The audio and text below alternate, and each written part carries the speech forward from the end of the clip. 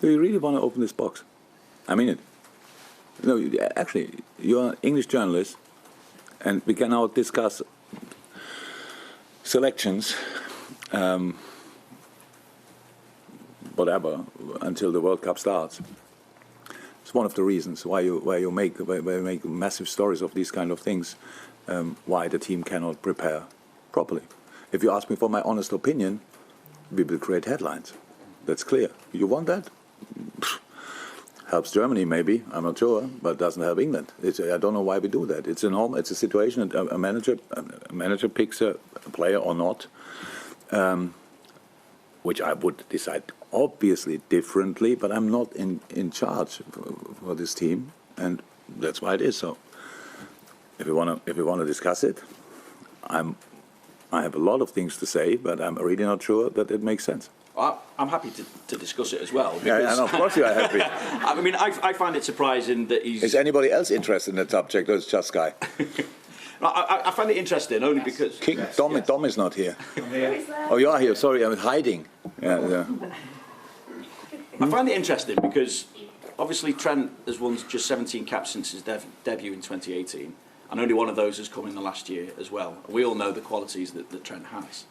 So I'm just wondering as well how it impacts him, because obviously he's desperate to go to World Cup. He'd like to be a starting fullback for England as well, I'd imagine. So you've got a situation to manage a player here, but also I'm wondering, does he need a pick-me-up? What's been said about it? We are fine here because it's completely different, because obviously I see him differently. That's clear. That's obvious. There are stories out there that all the time people talk about him and say he's not a good defender. That's not true. He's a good defender. He doesn't defend always good. That's true as well. That's what we are working on. He's a young player. He's 23. And there's space for improvement, definitely. But I think really we only discuss it on the level we discuss it because his offensive impact is so extreme for us, or it could be for each team in the world, I would say. So from my point of view, it's easy. It's an easy pick. Whichever team I would coach in the moment, I would sign him because he's exceptional. Is he always exceptional? No. I never met a player who is always exceptional. So that's it now.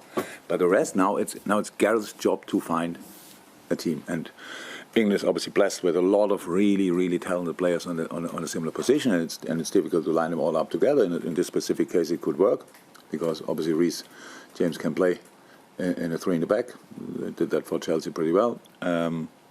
Would be probably interesting to see how they could interchange positioning. We all see that when you play, it depends to how you play with three in the back. If you keep them deep, then it's a different story. But if you want to have them,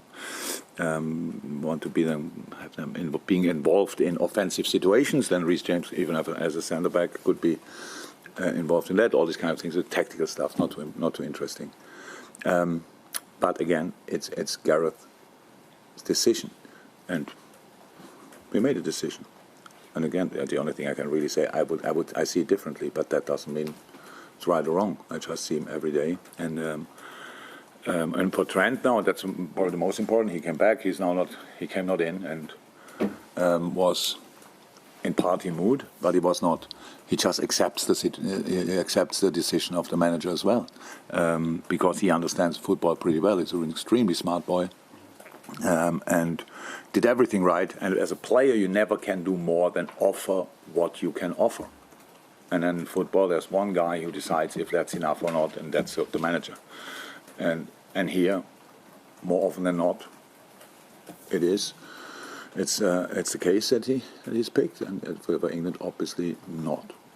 Yeah, that's it.